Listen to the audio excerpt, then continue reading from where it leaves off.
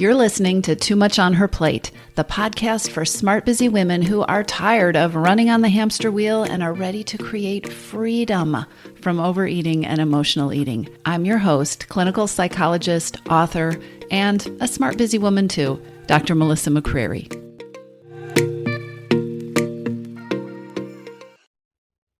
Hey everybody, let's get right to it. Today I want to talk about diet mentality ick.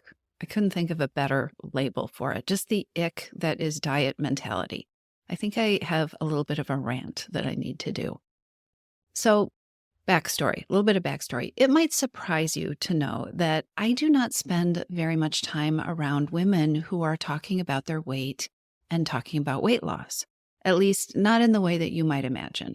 And I know that might sound weird. I mean, I do run a program to help women stop overeating, right? And I do talk a lot about emotional eating, and a lot of women who I work with do want to lose weight. But it's so different the way we approach it, and it's so different the way that I talk about it and we talk about it in the community. It is just so different and safe inside that cocoon of the program. So if you know me, if this is not your first episode, then you know that what we do inside the program is we're tackling the reasons that you want to overeat. We are taking the power away from food and giving you your power back.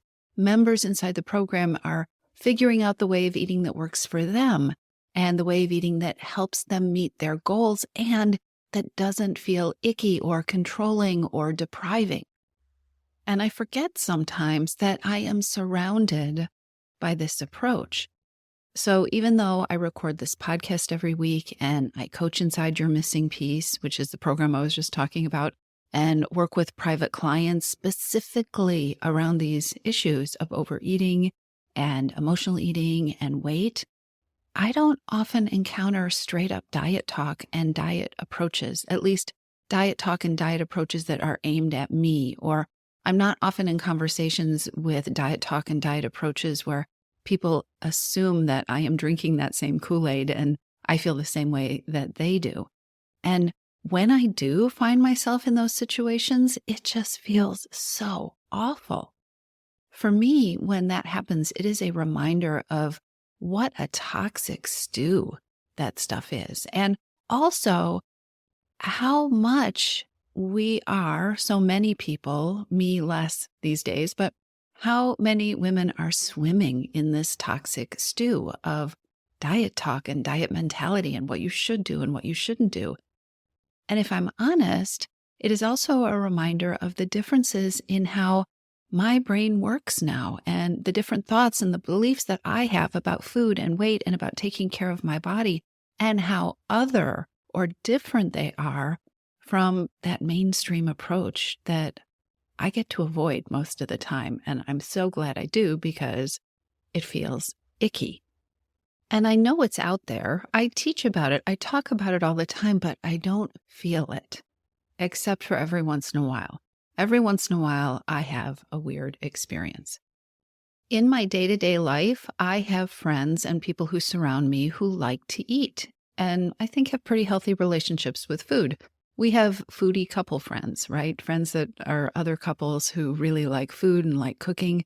We all go out. We enjoy food together. And among my women friends, there is never conversation about bad foods or good foods or what food plan you're trying this month. In fact, when I was training for marathons, sometimes the conversation was about having enough food. How are you fueling? Were you getting enough of this or enough of that? Have you ever gone out for dinner with women friends and had somebody order a dessert to go? A full dinner and then, can I have a dessert to take with me? I have. It was in Eugene, Oregon. It was the night before she ran a marathon, and I was so there for them. My friends and I, we like food. We enjoy food. It doesn't haunt us. It doesn't taunt us. We're at peace with it. But every once in a while, I get hit in the face with the diet mentality stuff. I'll have a weird experience. So I'll have lunch with somebody that I don't know very well. And almost always, this is somebody who knows about my work or is related to me in my work life somehow. And we'll go to order, and I'll be completely oblivious, and then all of a sudden it will feel strange. An example would be, I remember one time when we were looking at the menu and the other woman made a bunch of comments about how she didn't know what to eat and she was worried about what to order because I was going to judge her, and she knew I was going to just order a salad with the dressing on the side, and what she really wanted was the sandwich, but she knew I would never have the sandwich, and I probably didn't eat sandwiches. And the truth is, I don't love a lot of sandwiches. I'm not a sandwich person, but not because they're bad food or anything. And I actually was going to order the salad, but it was because the dressing sounded really good and it had avocado in it, which I love. And I definitely wasn't going to have the dressing on the side, but it was weird. And it was probably stressful for both of us. And it was a reminder of all the garbage we can have in our heads, not just about what we eat and what we should eat and what we want to eat and what we don't want to eat, but also the thoughts and the beliefs that we can generate about what other people are thinking about our eating and how we're eating and the choices that we're making. Freedom from overeating and peace with food are phrases that I use a lot, and I use them very deliberately because freedom from overeating and peace with food are really exactly what they sound like: freeing and peaceful.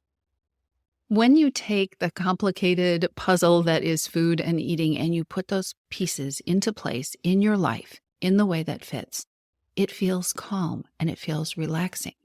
I mean, your life does not turn into a field of daisies with unicorns skipping through it and rainbows in the background. But when you put the pieces into place, food and what to order and thoughts about what other people think and good and bad judgments, they just aren't there in the same way.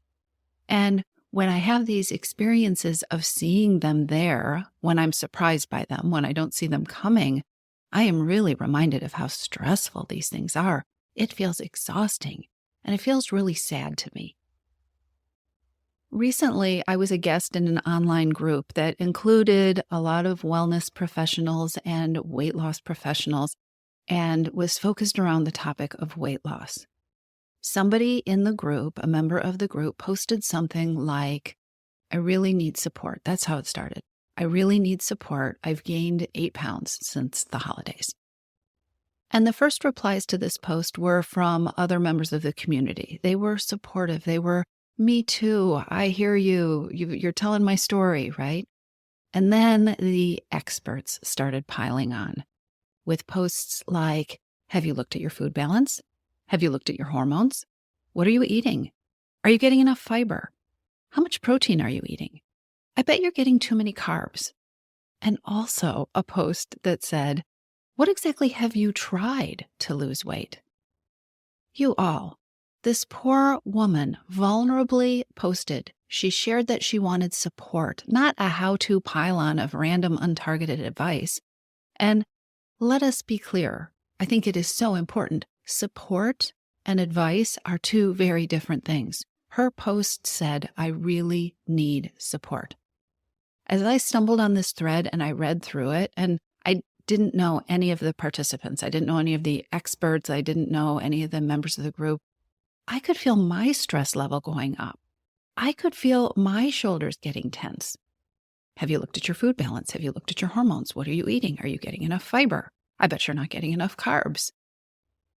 I started getting irritable just reading the post. I could feel my own reactivity. And I was not surprised at all that at the time I was reading this, which was a few days after she had originally posted, this woman who had posted asking for support had not come back. Support and advice are two very different things. And not one of those commenters who had all this advice, actually questions with veiled advice in it, not one of them mentioned one single curious question about what this woman might already know about why and how she had gained weight. Not one of these experts asked the question. Why am I talking about this? Because we need to recognize the toxicity and the exhausting nature of diet mentality and weight loss culture, which doesn't mean you can't lose weight if that's something that you want to do. It is just possible and also allowed for that losing weight experience to feel a whole lot better. If you are pursuing weight loss and you aren't using an approach similar to what I teach or the approach that I teach, then you are quite likely marinating in these toxic messages that all have the same end game to them. And that end game is you should be doing more. You should be eliminating more. You should be working harder. What are you doing really? And you know what is also true about that approach? It is bypassing the need for compassion and understanding and encouraging you to just bypass that need for compassion and understanding too. Even if any of those questions that those experts had asked in that post, even if any of those questions were the magic ticket to this woman's struggle, she didn't ask for advice. She asked for support. In many ways, she was ahead of them.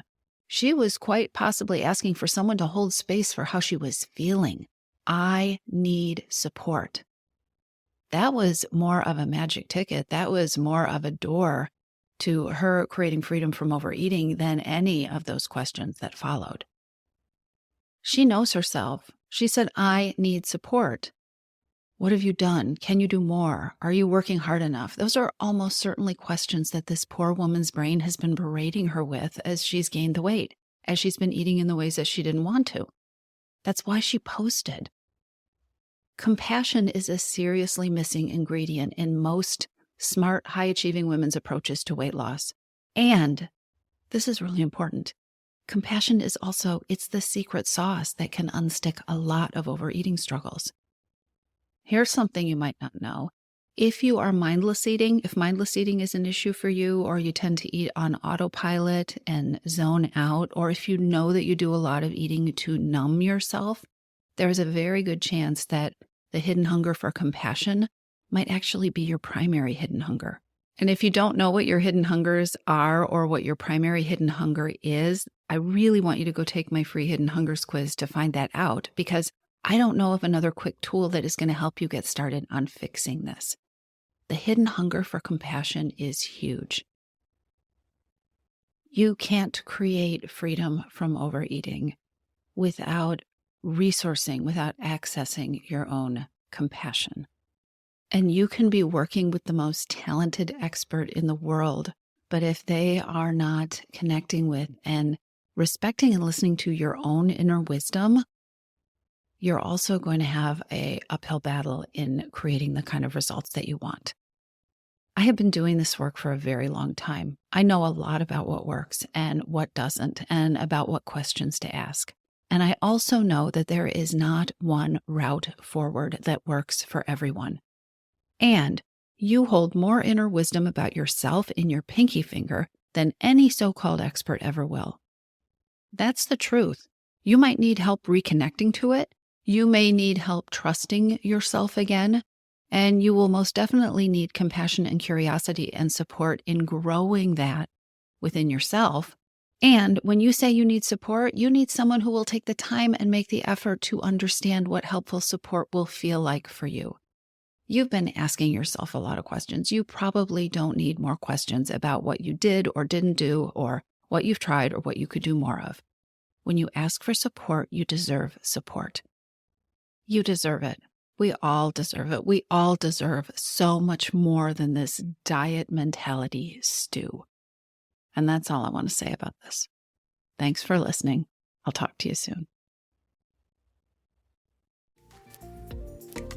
If you're ready to lose your overeating and emotional eating habits, and you are ready to step into a relationship with food that fits you, one that doesn't rely on willpower and deprivation, then now is the time to join your missing piece. Enrollment is open, and this is the perfect time to join me.